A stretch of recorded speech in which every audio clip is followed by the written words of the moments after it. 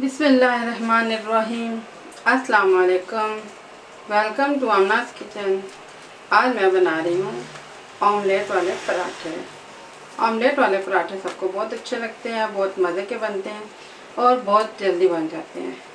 आम आटे से जिससे आप घर में रोटी बनाते हैं वही आटा ले लें। मैंने 4 पेड़े बना लिए हैं, 5 अंडे ले लिए हैं, 1 चाय के चम्मच बराबर मोटी कुटी हुई लाल मिर्च और आधी चाय के चम्मच बराबर नमक मिर्च आप हस्बे जायका ले लें।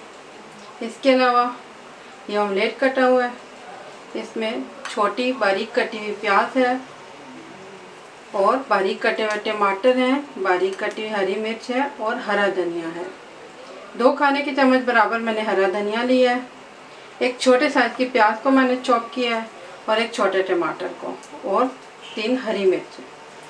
तो ऑमलेट कटा हुआ तैयार है, तो इसको बनाते हैं। ये बहुत जल्दी बन जाएगा। सबसे पहले अंडों को फेंट लें। इसमें नमक मिर्च डालें। अच्छी तरह से मिक्स कर लें और इस सब को इसमें डाल दें। अच्छी तरह से मिक्स कर लें। रोटी बेल लें आप और इसको मक्खन या घी जिससे भी आपने पराठा बनाना है वो लगा दें। इसमें इसको इस तरह से बंद कर दें। इसमें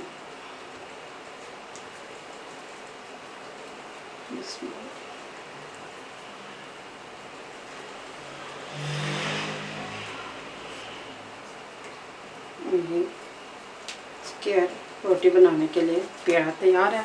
इसी तरह से आपने जितने भी पराठे बनाने हैं पेड़े बना लें।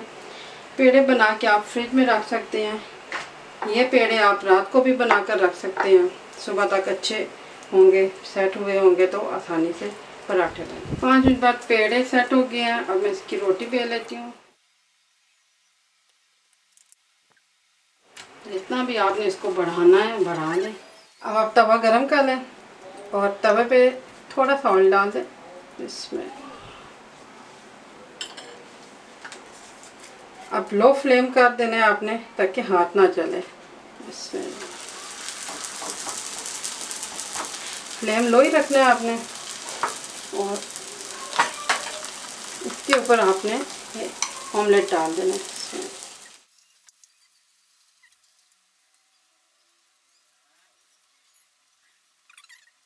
कोशिश करें सब किनारों तक आप ये अंडा लगा दें।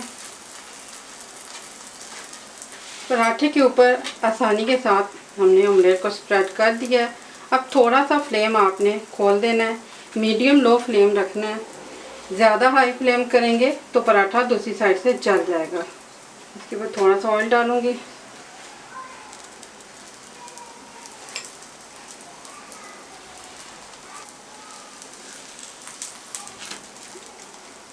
अभी थोड़ा सा हमने इसी तरह से इसको पकाना है।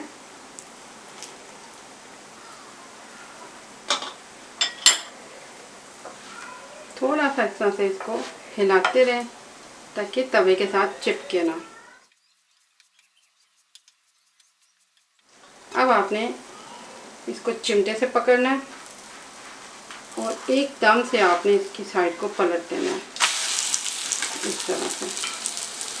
ठीक है, यहीं पे आपने इसको छोड़ देना है। थोड़ा सा इसको प्रेस करना है और थोड़ा सा ऑयल और डाल देना है।